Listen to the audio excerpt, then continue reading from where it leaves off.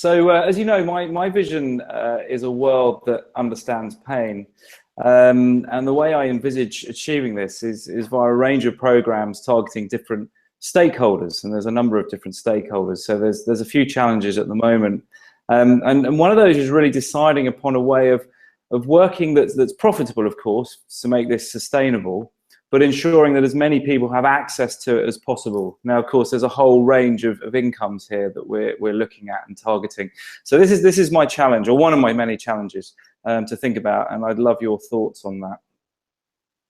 Okay, so could you be specific what you mean by the it in what you've just said? The it?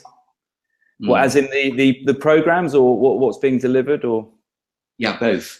Okay, so the programs are really, well, if I use the title "Understand Pain," that's the title of the enterprise as well. That's the it, is making sure that people have the knowledge and the skills so that they can actually realize and actualize overcoming pain, rather than the managing, coping, and the rather negative way that pain is currently addressed. People often have very low expectations and not much hope. The lack of understanding is one of the barriers that's preventing people moving forwards, hence why chronic pain is the #1 global health burden. So it's a massive issue affecting society right the way across the globe. I mean, in Europe alone, we're talking about up to 441 billion euros a year. Over 100 million people. That's just Europe alone. So we're talking about you know, a huge number of people with different, you know, coming from different stakeholder groups, so to speak. The it and the programs are designed according to the stakeholders. So, for example, you've got policymakers, you've got patient groups, you've got individuals, you've got clinicians, you've got scientists, you've got a whole range of different therapists as well. So the programs are tailored to those different people. But my question really is around delivering it to the masses, if you like, to society. So someone who could potentially be on the other end of a computer, or someone who could be in receipt of a workshop. And I've got plans to scale the workshops being delivered by more of me's, if you like. So that's all part of it. But I'm acutely aware that there's going to be a number of people that won't have, you know, the necessary resources to pay anything. But I feel that those people should be able to have access just like someone else. So it's just working out a way. I mean, my thinking is kind of along the Robin Hood lines. But I'd be really interested to know what you think. It strikes me that the word channel is coming up very strongly for me. The next step is to be very specific about your channels to the different markets. Some of the people you've spoken of are what I'd call consumer, in other words, business to consumer, and some of them are businesses. Even if they are in the caring practice, it's still a business of a type, it's their profession. So there's B2C, business to consumer, and there's B2B, business to business.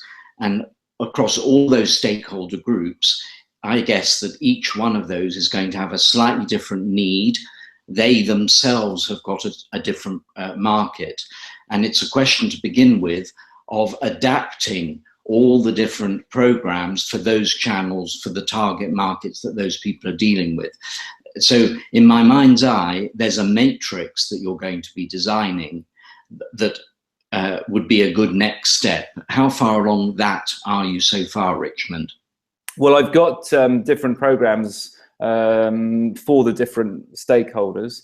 So they're ready to roll. And actually, I've got a few coming up. So one in the charity sector, one in the GP training sector. So that's a good layer to get into, because obviously GPs are often the gatekeepers. And then several in the clinician realm as well. Some just off my own back, and some, you know, I've been approached to deliver. I mean, immediately there's a different pricing, if we want to call it that.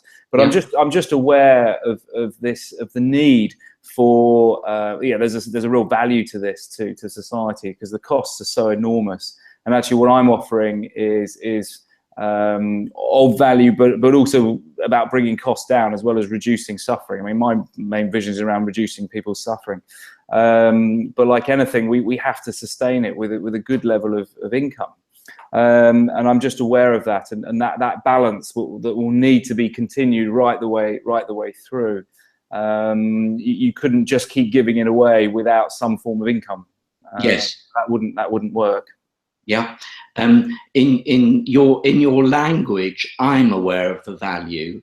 I would recommend that you get very specific through research about, ironically, Richmond, something that's called pain point personas, so that it's their value that you're seeking out, that you're learning about, and across those stakeholder groups, don't assume anything, because what you perceive as value, they may not. And a doctor, for example, working with patients will have one specific kind of value from what you're doing, which I suggest is different from perhaps another one of the stakeholders, which is a subtle difference.